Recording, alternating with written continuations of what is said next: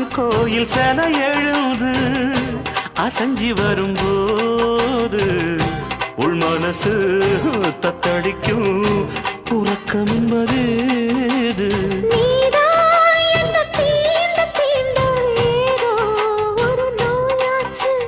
நான் தான் உன்னை சீண்டி சீண்டி பார்த்து ரொம்ப நாளாச்சு.